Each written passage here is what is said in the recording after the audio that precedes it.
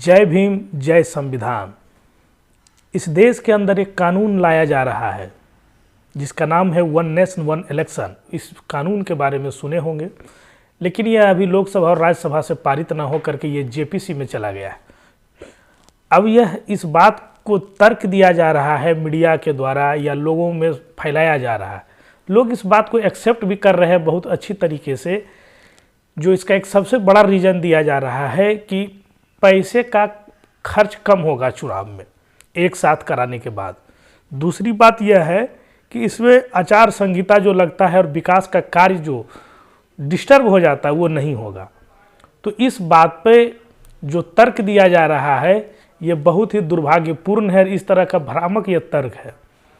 हकीकत इस तरीके से है कि अगर इस देश के अंदर जो लोकसभा, विधानसभा और राज्यसभा के अंतर्गत जो नगर निकाय और पंचायत स्तर के जो चुनाव होते हैं वो तीनों चुनाव करवाने के लिए अगर अभी क्या है कि एक राज्य में ईवीएम रहता है, चुनाव होता है, वो दूसरे राज्य में चला जाता है, फिर दूसरे से तीसरे राज्य में चला जाता है। लोकसभा कई चरणों में होता है, अलग अलग चरण में एक ही राज्य के अंदर 4 चरण 5 चरण में लोकसभा का चुनाव होता है। तो अगर एक साथ अगर सभी इलेक्शन को कराया जाएगा, अगर ईवीएम मशीन के द्वारा किया जाता है तो ईवीएम मशीन में विधानसभा के भी कैंडिडेट होंगे एक साथ, लोकसभा के भी कैंडिडेट होंगे एक साथ, उसके बाद जो निकाय स्तर के चुनाव होंगे, पंचायती स्तर और जो नगर निकाय हैं तो उसके भी कैंडिडेट होंगे। बिहार जैसे राज्य में पंचायत स्तर के 6 जनप्रतिनिधि होते हैं, डायरेक्ट रूप से चुने जाते हैं और उसमें फिर से एक इलेक्शन होता है प्रमुख का और चेयरमैन का, तो टोटल 8 इलेक्शन हो जाता है। नगर निकाय का जो अभी बिहार के नियमावली के अंतर्गत है, उसी तरह से हर राज्य के अंदर अलग अलग तरीके से होता है जो निकाय का चुनाव है। कहीं पे पार्टी सिस्टम पर है, कहीं विदाउट पार्टी सिस्टम से चल रहा है ये चुनाव। तो जैसे बिहार जैसे राज्यों में 3 तरीके के चुनाव हो जाता है। नगर निकाय में भी एक चेयरमैन का, एक वाइस चेयरमैन का, जो मेयर और डिप्टी मेयर होते हैं, और एक वार्ड पार्षद का।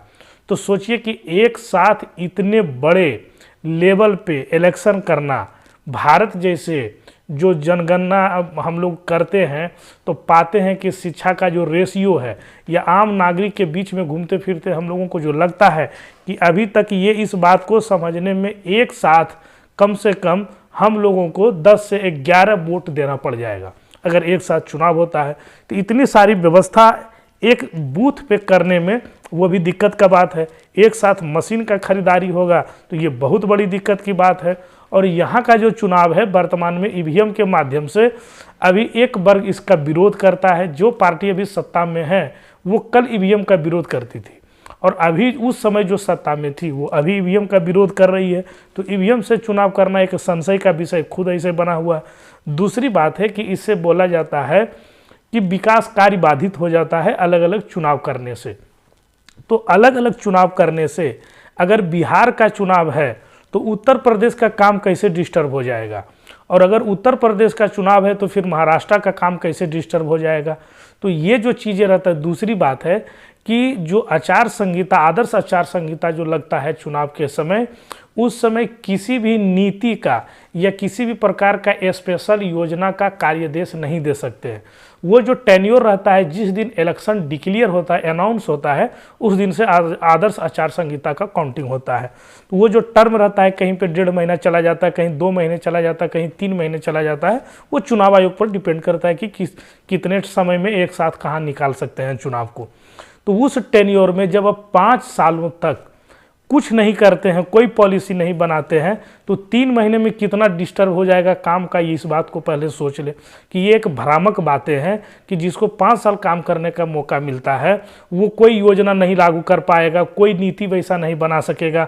और 3 महीने में ऐसा कौन सा काम वो कर देंगे, क्योंकि नए कामों में और नई योजनाओं और नई नीति का बनाने में जो वैधानिक तकनीकी जो उसमें खामियां हैं या उस पर रोक रहता है। जो काम कंटिन्यू चलते रहती है उसको रोका नहीं जाता है। दूसरा बात, चुनाव आयोग के हाथों में रहता है कि तत्काल प्रभाव से वैसा कोई पब्लिक इशू हो, सेंसिटिव इशू हो, तो चुनाव आयोग के हाथों में उस समय रहता है कि जनहित से जुड़े हुए कार्यों को सोचने की ज़रूरत नहीं है, उसको जैसे इम्प्लीमेंट किया जा सकता है उसको करवाया जाए, या आपात कोई घटना घट गई तो उसको कंटिन्यू किया जा सकता है। तो ये बात पूर्ण रूपेण से भ्रामक है कि आचार संहिता से काम रुकता है। जानबूझ करके राजनीतिक तरीके से या बहानेबाजी करके ब्यूरोक्रेसी के द्वारा पदाधिकारी काम करना नहीं चाहते, उस बहाने से उसको रोका जाता है। कामों को काम रुकता नहीं है नियमता, क्योंकि मैं भी एक स्थानीय निकाय स्तर पर मैं उस ऑफिस में काम कर चुका हूं, जनता के लिए काम किया हूं, तो मुझे मालूम है कि कौन कौन से योजनाएं रोकी जाती है, किस प्रकार से रोकी जाती है। और जो आप लोग हैं इस बात को भी समझ रहे होंगे कि जब 4 साल 5 साल काम करने का मौका मिला तो वो काम नहीं किया, वो 3 महीने में कितना विकास कार्य रोक देंगे, और वो भी नई योजना से संबंधित रोक रहती है, नई नीतियों से संबंधित रोक रहती है। जो काम चलते रहता है उस पर रोक नहीं लगता है, जिसका टेंडर निकल गया है उस पर रोक नहीं लगता है, जिसका कार्यदेश मिल गया है उस पर रोक नहीं लगता है, वो सब कामें कंटिन्यू अपने तरीके से चलते रहता है। तो ये भी बात भ्रामक तरीके से सब लोगों के बीच में फैलाया जा रहा है कि विकास कार्य अब बाधक होगा। दूसरी बात, एक साथ जिस तरह से भी लोकसभा चुनाव में प्रचार प्रसार किया गया कि अब की बार 400 पार, तो सोचिए बहुमत जो है वहाँ लोकसभा में 272 सीटों पर ही बन जाता है, वहाँ देश की सरकारें बन जाती है 272 सीटों में, तो ये 400 का नारा क्यों था। और दूसरी बात, जब स्थानीय निकाय का चुनाव होता है तो वहाँ पे लोकल अपने पंचायत अपने गांव के मुद्दे उसमें शामिल होते हैं। जब राज्य का विधानसभा का चुनाव होता है तो उसके राज्य का स्पेशलिटी जो मुद्दा होता है उस पर बहस होती है, उस पर चर्चा होती है, उसमें जो राष्ट्रीय पार्टियाँ रहती है या देश के प्रधानमंत्री या जो गृह मंत्री आते हैं तो स्टेट के मुद्दा को उसमें हाईलाइट किया जाता है, उस पर केंद्रित चुनाव होता है, उसके भी मुद्दे का समाधान किया जाता है।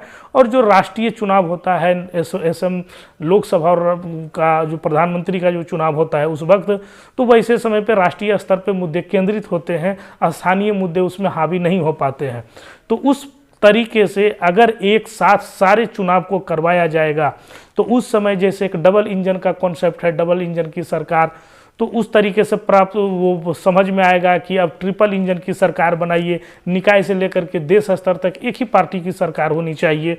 वैसे में लोगों को एक बार अगर लग भी जाए कि ठीक है सही कहा जा रहा है, एक बार सभी लोग हम लोग एक ही पार्टी को राज्य से लेकर के केंद्र तक और स्थानीय निकाय तक वोट डाल देते हैं हम लोग, तो उस परिस्थिति में सोचिए ये केवल एक भ्रामक बातें हैं, ये पूर्ण रूपेण से तैयारी है ये सभी कानून को ला करके कि इस तरीके से अलग अलग राज्यों में अलग अलग मुद्दों पर जब चुनाव हो रहा है तो देश के संविधान को बदलने में उसे दिक्कत आ रही है।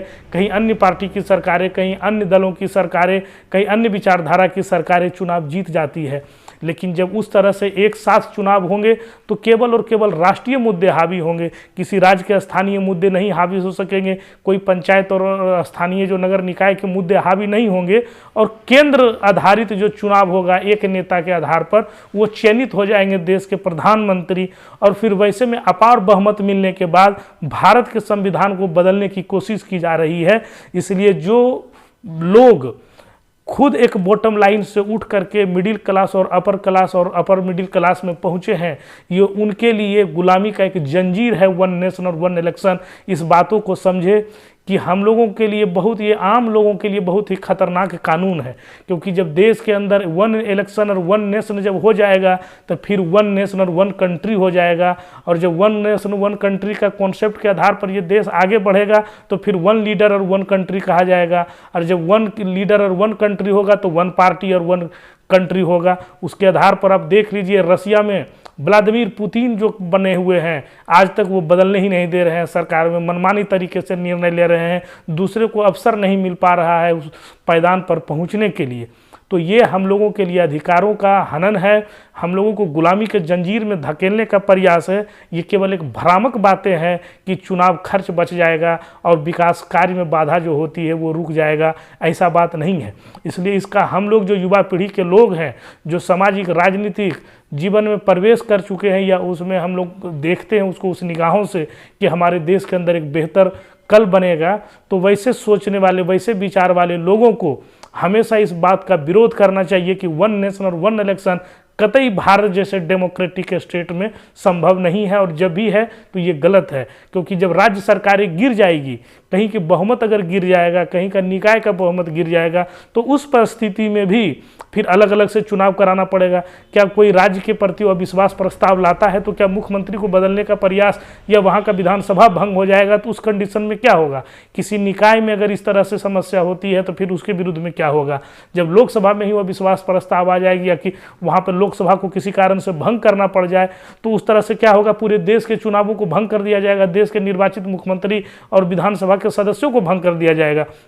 ये कतई तक तर्कपूर्ण नहीं है भारत जैसे लोकतांत्रिक देश में। और त्रिस्तर पर यहाँ पे चुनाव होता है, नगर निकाय, विधानसभा और लोकसभा जैसे अलग अलग इलेक्शन होने वाले कंट्री में इस तरह के कानून हमेशा के लिए खतरनाक और घातक साबित होगा। इसीलिए हम लोग जो खासकर बहुजन के युवा पीढ़ी के लोग हैं, इस बात का मुखालफत करें और विरोध करें। ये जनहित के लिए नहीं है, ये तानाशाही और मनुस्मृति को लागू करने के लिए ये किया जा रहा है। भारत के संविधान, हमारे पुरखों के लिखे हुए संविधान को बदलने का प्रयास किया जा रहा है। इसी के साथ हम अपनी बातों को खत्म करते हैं। जय हिंद, जय भीम, जय संविधान।